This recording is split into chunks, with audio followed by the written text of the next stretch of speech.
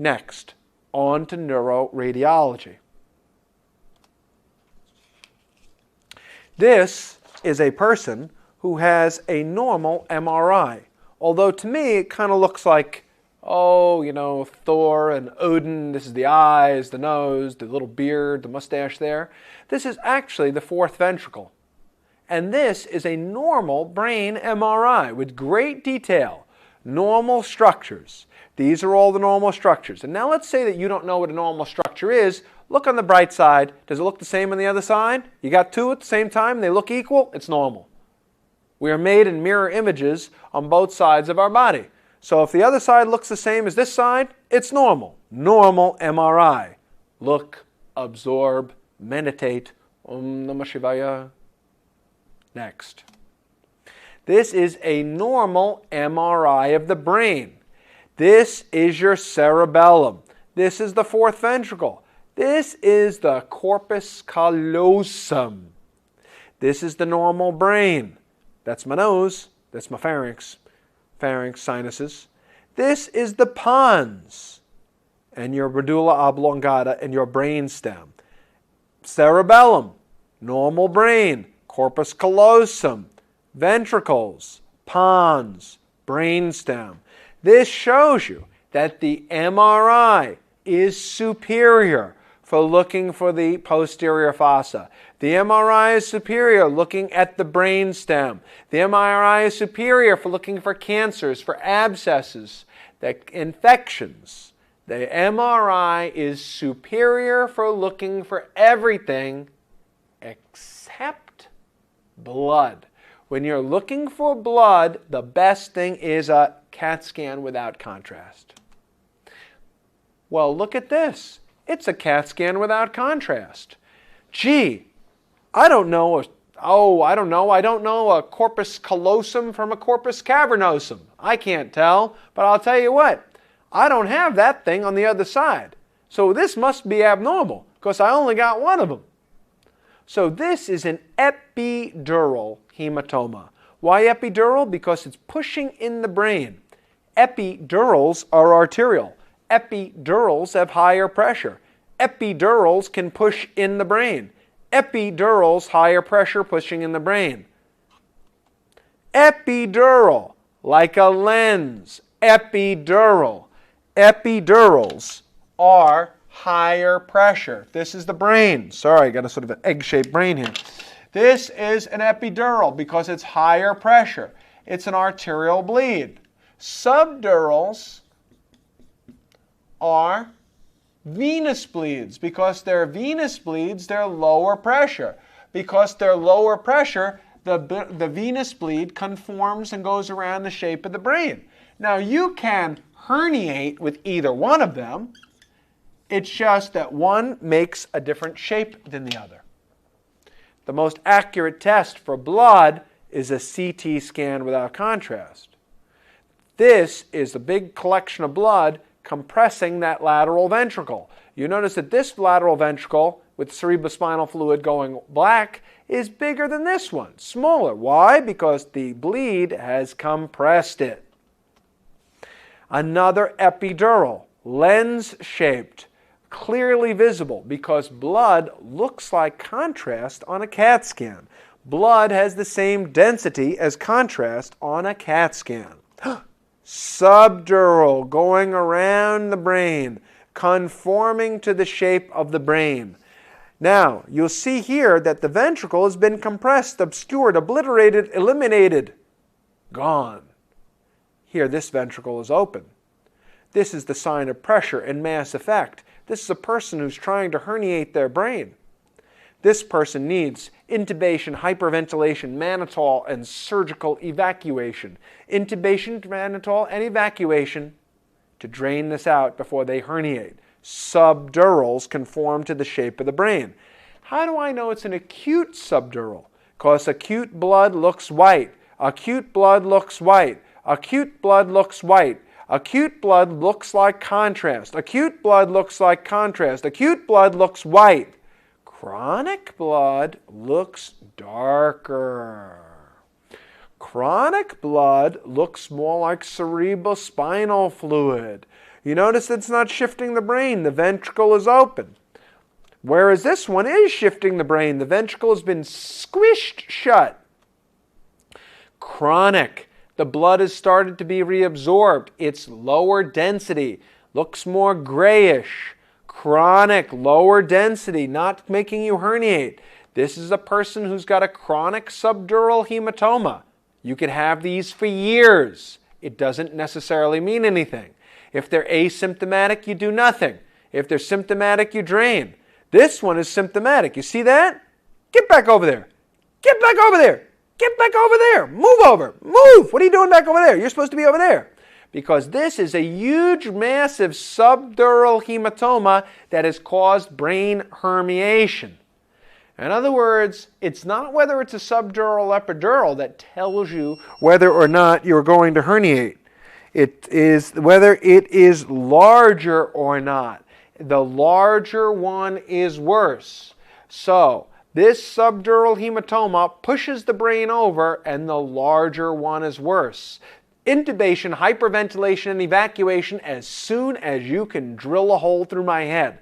This is a person who's taken this structure, should be over here, and has herniated it over. If they're not drained now, they will be dead or permanently brain damaged. Subdurals or epidurals. Subdurals conform to the shape of the brain. That doesn't mean it's always benign. It just means that it goes around the brain. You could have benign, slow, chronic subdurals that don't have many symptoms, or you could have overwhelming large ones that cause herniation. You just don't get chronic epidurals. Epidurals are always acute. Epidurals are always acute. You can have a chronic subdural, but you can't have a chronic epidural. Next one. Here's a ring-enhancing lesion. A contrast or ring-enhancing lesion in the brain. This is a contrast or ring-enhancing lesion around the brain on an MRI. Now, ring-enhancing lesions, also known as contrast-enhancing lesions, ring or contrast-enhancing lesions. Ring or contrast-enhancing lesions are basically two things: cancers and infections, abscesses. Cancers and infections or abscesses. So ring or contrast-enhancing lesions can be two types of things. Now, if this is a person who is HIV positive, you should just treat for 2 weeks with pyrimethamine and sulfadiazine and see if it gets better. If this is a person who's HIV and gets better with pyrimethamine and sulfadiazine, then you know that it's toxoplasmosis. Because in HIV, 90% of the time, it's going to be either toxoplasmosis or lymphoma. In HIV-negative people, you've got to biopsy because you can't determine if this is a cancer, an infection, just from the radiologic imagery. Because the radiologic test is never the most accurate test, and you can't tell if it's a glioblastoma or Staph aureus. HIV-negative biopsy. HIV positive, 90% of the time, it's going to either be toxo or lymphoma. So therefore, we can treat empirically and see if it gets better. This is what a ring-enhancing lesion looks like on an MRI. The same lesion on a CT scan would still be ring or contrast enhancing. The blood-brain barrier has broken down around the lesion and causes the extravasation of small amounts of contrast into the parenchymal tissues. That's why the contrast is enhancing or lighting up the lesion. That's what contrast is for. It's not to look for blood. I don't need contrast to look for blood because blood looks like contrast. What is this dark stuff around the lesion? It is edema. It is edema. And it is the edema surrounding a ring or contrast-enhancing lesion.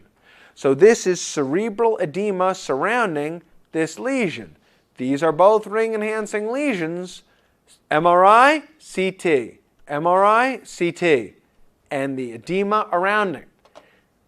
What should this person be treated with first? The answer is steroids.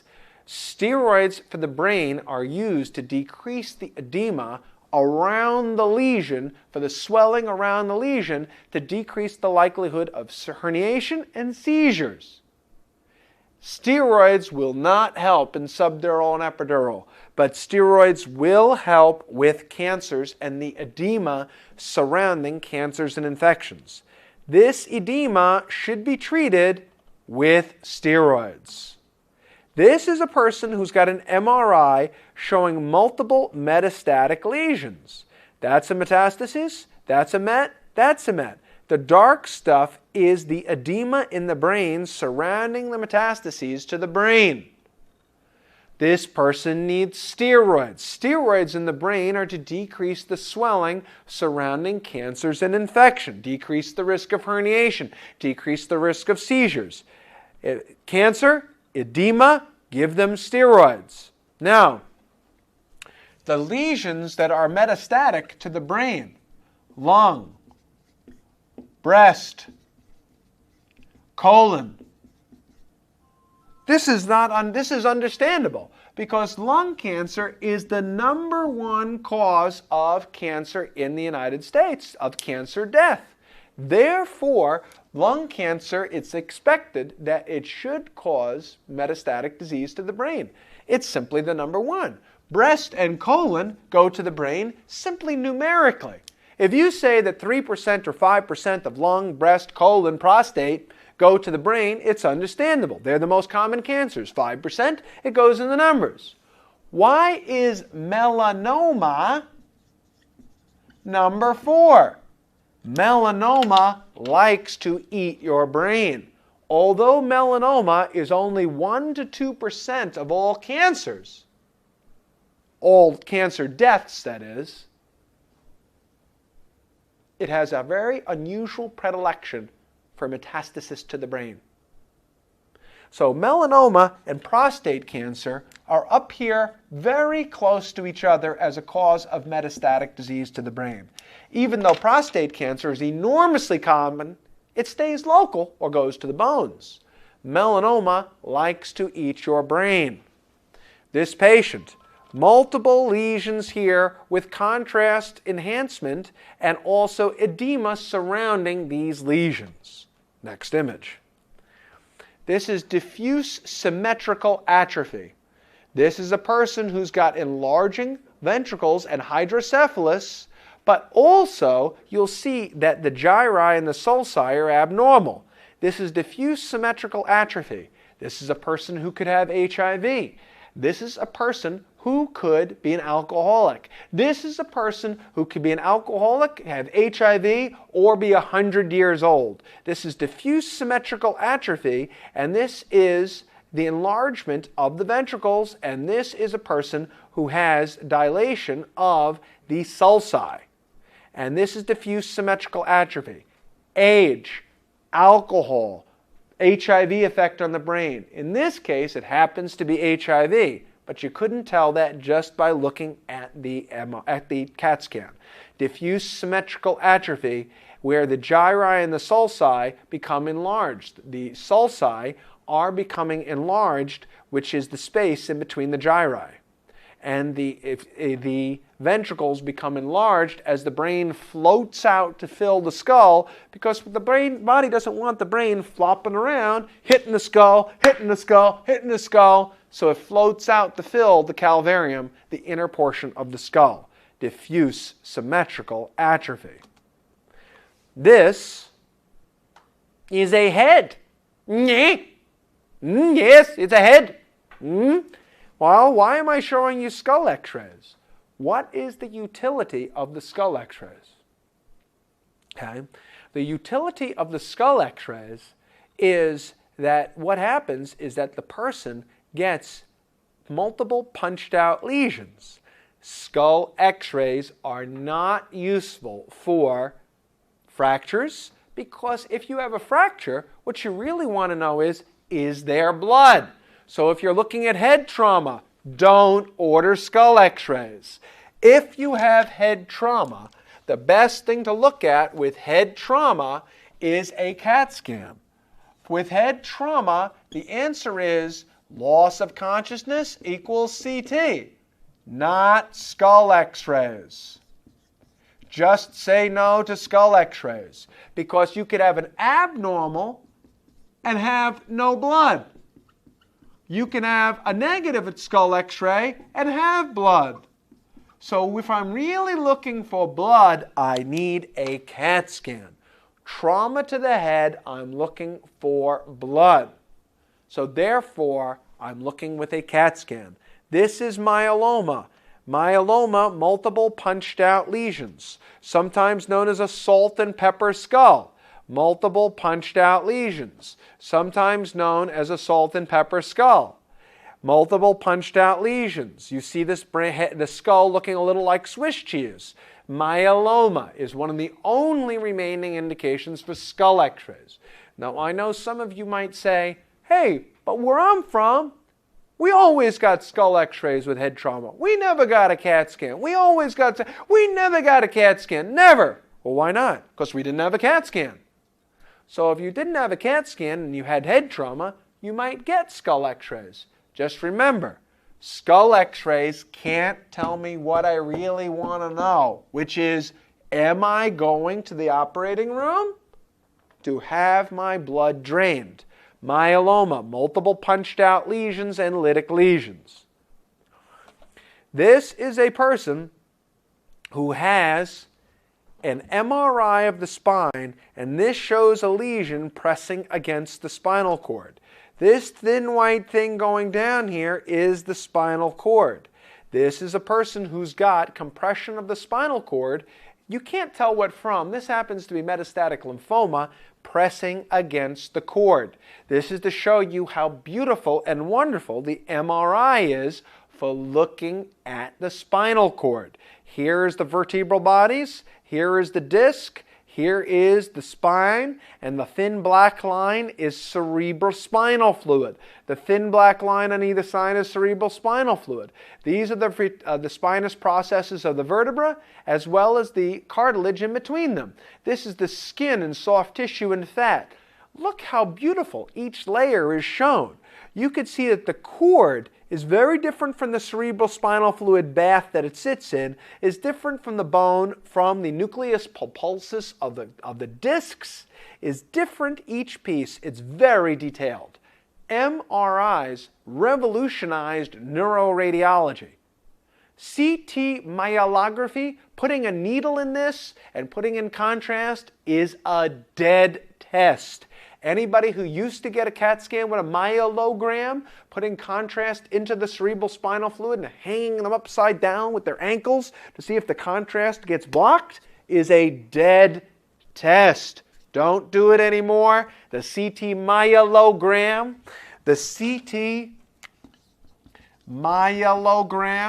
is only useful if you don't have an MRI. This is a dead test and has been replaced by the MRI. Magnetic resonance imaging. More details, no needles in my spine, no being hung upside down. This is a facial film looking at the sinuses. This is to show you opacification of the sinuses. Open, air. Here we have opacification of the sinuses. Here we have air, here we have opacification. So this is sinusitis. So this is sinusitis, and this is air in the sinuses. So this is opacification of the normal sinuses. These are the frontal sinuses, open, air-filled.